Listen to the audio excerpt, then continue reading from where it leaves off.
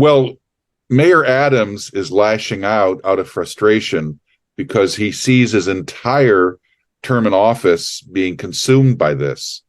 He basically says New York is going to be destroyed if the migrant crisis isn't addressed. So he's lashing out at everyone. He's criticizing President Biden for not dealing with the problem and sending enough money.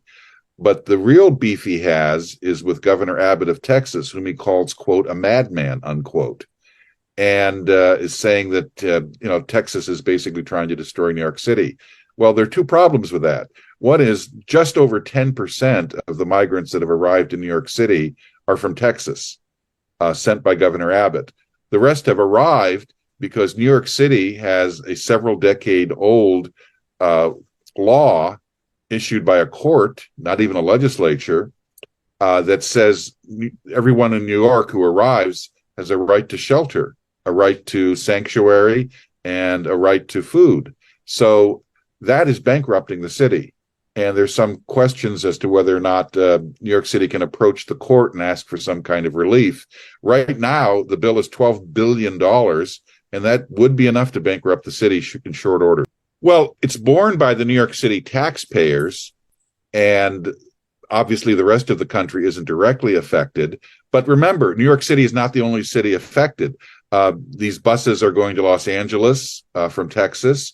They're also, of course, Denver, Colorado, Minneapolis, Minnesota. Cities all over the country are being affected by this, even though many of them are far from the border. So this is the first time that a lot of progressive politicians have had to experience, shall we say, the consequences of their sanctimonious philosophy, which is, we want to welcome all comers. We're sanctuary city for the poor and the dispossessed. In the case of New York City, as a taxpayer there, we already pay the highest taxes in the country. The marginal tax rate for many New Yorkers, even in the middle class, is over 50%.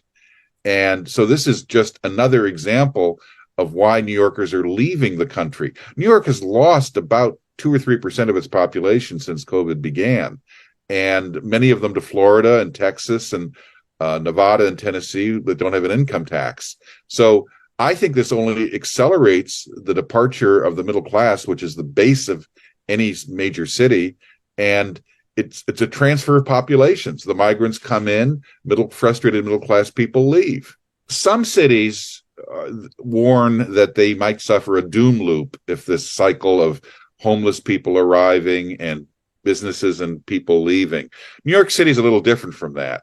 New York City does have a unique position. The publishing industry, the financial industry, it's a crossroads for the world. There'll always be a New York City, and it will always be a business center.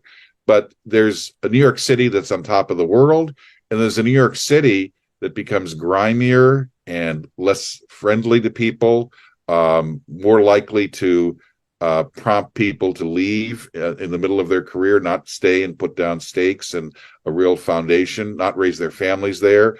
A meaner, uglier, nastier, brutish place, to quote a British philosopher named Thomas Hobbes. What do you make of Biden's plan to sort of the Remain in Texas plan, if you like, to sort of try and contain the situation in Texas? Well, he's had 3 years. How's that working out for you? Not very well. The only relief we've gotten is from the courts that have reined in some of Biden's more extreme interpretations of U.S. law. The courts, for example, have said, well, you can keep people on the other side of the border if you have the agreement with the Mexican authorities and others. So this is yet another attempt to put a finger in the dike that's leaking of the border. Now, I have enormous sympathy for people in the migrant community.